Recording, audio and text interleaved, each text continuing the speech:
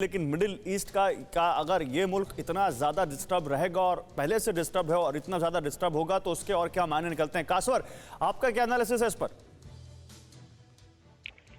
देखिए, आपको जिस तरह हमारे पैनलिस्ट अभी एक बात कर रहे थे, उन्होंने बड़ी खूबसूरत बात की है कि वहाँ पे डिफरेंट ग्रुप्स हैं। एक शिया ग्रुप है जिनको हिज़्बुल्लाह और ईरान की बड़ी हिमायत हासिल है और यही वो सबसे बड़ा पावरफुल ग्रुप है।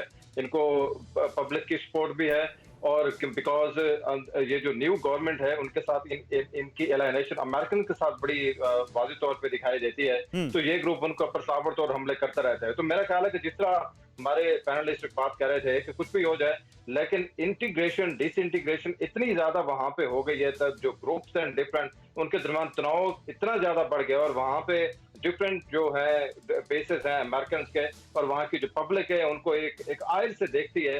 तो मेरे ख्याल में कि वहां पे एक ऐसी खिचड़ी बनी हुई है। और जिस तरह आपने क्वेश्चन किया कि मिडिल ईस्ट का एक बहुत बड़ा मुल्क, तो उसके हालात कैसे होंगे, तो मेरा ख्याल है कि आने वाले समय में ये कुछ ज्यादा होगा। और आप ये देखें कि ग्रीन जोन या यमन के उसको हाई सिक्योरिटी जोन में prime minister head of state के घर के ऊपर जब हमला होता है तो आप देखते हैं कि सिक्योरिटी क्या आलम होगा वहां पे। तो उसके बावजूद अगर हमला होता है तो जो ग्रुप हमला उसको करता है, अभी किसी ने रिस्पॉन्सिबिलिटी क्लेम नहीं की, लेकिन जो ग्रुप उसके ऊपर करता है, हमला करता है, तो कितना बड़ा पावरफुल होगा उसके जिस और ऐसी गवर्नमेंट जिनको अमेरिकन की सपोर्ट भी हासिल हो, इसके बावजूद वहां पे वो इतनी जो है वो क्या कहते हैं कि इतनी लाहासिल है, इतनी बेबस है इनके सामने। नहीं, लेकिन एक चीज अगर एग्जेजरेट ना कर रहा हूं इस चीज को, तो एक चीज मुझे यहां पर जाननी है। जिस तरह से अफगानिस्तान में अमेरिका था और अफगानिस्तान से अमेरिका को निकलना पड़ा, सिमिलरली वहां भी हम देखते हैं इराक में भी अमेरिका ने अपने बेसेस बना रखे हैं और अमेरिका की मौजूदगी में भी कासवर वहां पर लोगों को जो सरकार चुनकर आई है उसका बहुत सारे लोग हैं जिनका जो उसका विरोध कर रहे हैं। क्या आने वाले दिनों में हम इराक को भी अफगानिस्तान बनते देख सकते हैं जहां अमेरिका को वहां से भी निकलना पड़ेगा? मेरा ख्याल है कि बिल्कुल आपका क्वेश्चन बड़ा वैलिड है, लेकिन अमेरिकन ऑलरेडी वहां से विड्रॉ कर चुके हुए हैं। अफगानिस्तान और डिफरेंट है, इराक डिफरेंट है, लेकिन एक बात जो आपका जो क्वेश्चन है मैं उससे बिल्कुल सहमत हूं कि वहां पर गवर्नमेंट आपको कहीं भी दिखाई नहीं देती, स्टेबिलिटी नहीं है, इन्फ्लेशन है, इसके बावजूद के एक रिसोर्स फुल कंट्री है, उसके साथ इस किस्म का आलम हुआ है। मेरे ख्याल है कि आने वाले समय में चीजें और ज्यादा जो मैसअप होंगे वहां पे और मेरे ख्याल गवर्नमेंट के लिए चलना बहुत ज्यादा मुश्किल हो जाएगा। एक पॉइंट जो बड़ा वाज़ेह है वो ये है कि सिक्योरिटी का जो डायलमा है वहां पे, आप उससे अंदाजा लगा लें कि एक प्राइम मिनिस्टर के घर के ऊपर अटैक हो जाता है। वो तो आप सही कह रहे हैं, उसमें तो कोई दो राय नहीं। कहां पे थी उनकी, उसमें तो कोई दो राय नहीं कि इंटेलिजेंस एजेंसी की आप ये देखें कि इंटेलिजेंस एजेंसीज के फेलियर का क्या आलम है। बिल्कुल सही कह रहे हैं आप, बिल्कुल सही कह रहे हैं कि इंटेलिजेंस एजेंसी का फेलियर नहीं, वो तो इंटेलिजेंस एजेंसी दिखती नहीं अगर पीएम के घर पर ड्रोन अटैक हो जाए तो। लेकिन चलिए मैं आप लोगों के पास आऊं, उससे पहले एक और बड़ी खबर दिखाता हूं और अब आते हैं अफगानिस्तान और तालिबान से जुड़ी खबर पर। तालिबान के आगे इस्लामिक स्टेट के 55 आतंकियों ने सरेंडर किया है। तालिबान के खुफिया महानिदेशालय ने इसकी जानकारी दी है।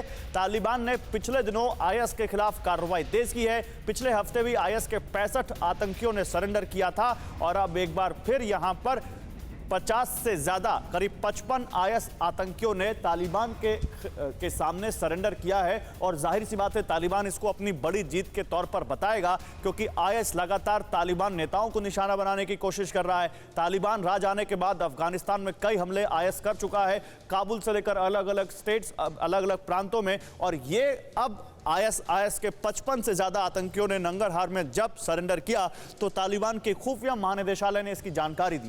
तालिबान ने पिछले हफ्ते भी इस्लामिक स्टेट के 65 आतंकियों के सरेंडर का दावा किया था। पिछले कुछ हफ्तों में आईएस ने हमले तेज कर दिए और कई जगह ताबड़तोड़ धमाके कर रहा था आईएस, जिसको अब यहां पर कंट्रोल करना तालिबान के लिए बड़ी चुनौती बन गया है। कंधार, नंगरहार, कुंदूज में आईएस के बम धमाकों में सैकड़ों लोग जान गंवा चुके हैं। पिछले कुछ दिनों पहले भी आतंकियों ने काबुल के मिलिट्री चीफ को गोलियों से भून दिया था। तो यहां पर ब्रिगेडियर साहब आपसे सवाल लेना चाहूंगा, क्या ये माने कि ये सरेंडर और जैसा कि 65 आईएस आतंकी पहले और 55 अब, क्या तालिबान की बड़ी जीत है या तालिबान के लिए एक बड़ी जीत के तौर पर एक टोकन है जिसको यहां पर पोर्ट्रे करना चाहेगा तालिबान कि देखिए आईएस की जो समस्या है उससे हम कितने बखूबी निपट रहे हैं? सूरज, मैं कहना चाहूंगा कि ये जो अभी आपने कहा, ये आईएस वही इराक और सीरिया से आया है जिसकी आप पहले बात कर चुके हैं जी।